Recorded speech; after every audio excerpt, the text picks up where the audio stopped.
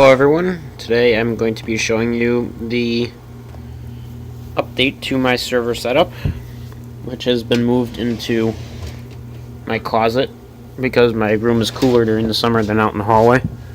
The setup has actually changed greatly since then. As you can see, I now have 3 computers sitting here. Yeah, it's getting cray-cray.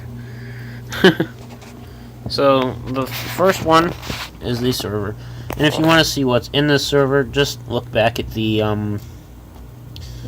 last one. I'll have it linked in the description below.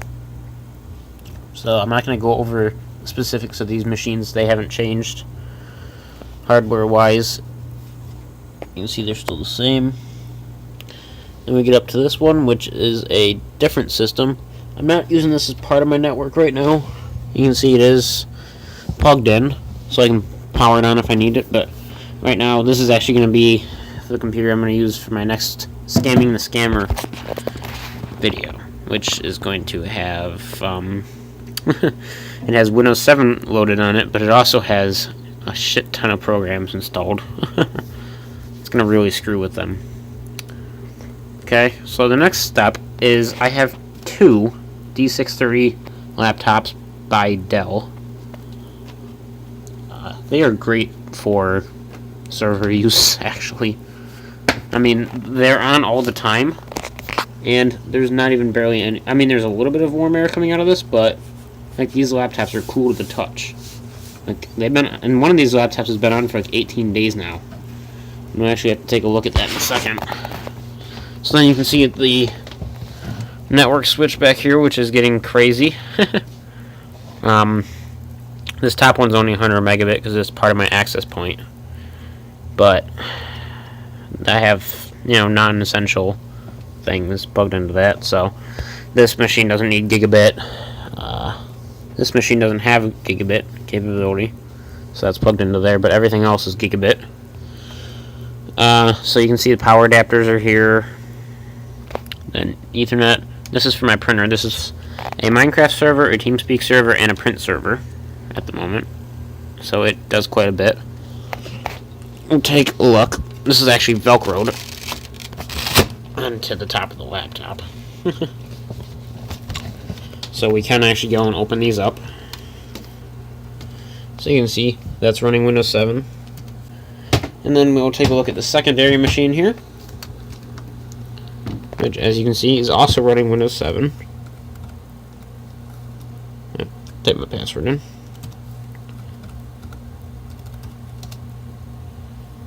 Damn it.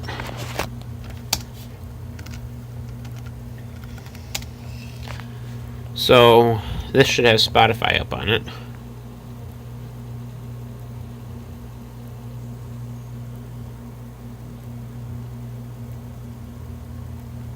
So yeah, this has Spotify running.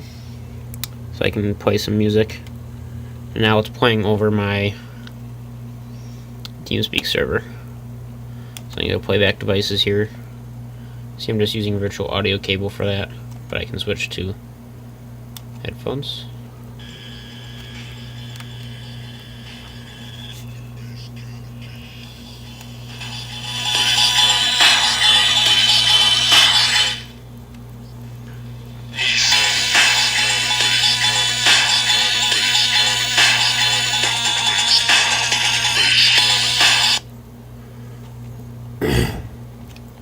So that is that computer. So we will put the other one back where it was. And then during an extended power outage, if I needed to access something off one of these machines, I got that covered, as I have, gotta plug my printer back in, I have an extra battery that I do have fully charged at the moment. This is not an extended battery, but it's a battery my school was throwing out. That's also how I acquired these, as my school threw them out. So, yeah, so it's good to have an extra battery. You never know. But these both have extended batteries with the decent amount of capacity left in them. All these Ethernet cables you see, except for this one here, has been made by me. So they're all custom length Ethernet cables. So, yeah, you can see. Actually, I always built my Ethernet cables to have that. I might have had an extra cable that I decided to use. Yeah, that might have been one. I don't know. But most of this stuff hasn't changed, but I've added stuff to it. This is my power setup at the moment. It is not the cleanest, and I really want to get some other solution. Now, one thing, everything is grounded. So these are both grounded versions of the Dell power supply. So I have them wrapped together with their own... Goddamn cat here. I have them wrapped together with their own strap, and they are both the grounded version of the power supply. So that's a good thing. My TP-Link and access point. This is stuff that doesn't need to be grounded, but it is grounded stuff. This is my printer. Then this extension cord goes out to my room, which I plug stuff into sometimes. Then the main surge protector part is right here.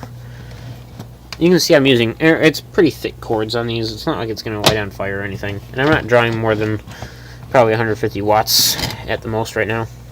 You can see everything is neatly tied up. As neat as I can get it anyway. Including these Ethernet cables. So I spent a lot of time on that. You can see I do not have Wi-Fi turned on these. So yeah. Then you can see my printer, which is in here. It's just some Canon MG2220. It does what I need to do, print occasionally, and other than that, just sit there and be quiet. And then here is the extra cable. I need to clean this up a bit, but this is extra cable that runs over to my desktop, which you can see over there. Also, I need to put this onto that hard drive, but I haven't yet. I can go behind my computer here, and you can see I have another network switch, which is completely filled. This is coming from the closet, which is the other switch.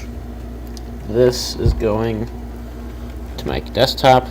This is going to the front of my desk, which I can't remember what I used it for last, but I used it for something.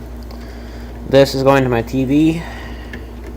Yes, I have my TV hardwired, just because it's right here.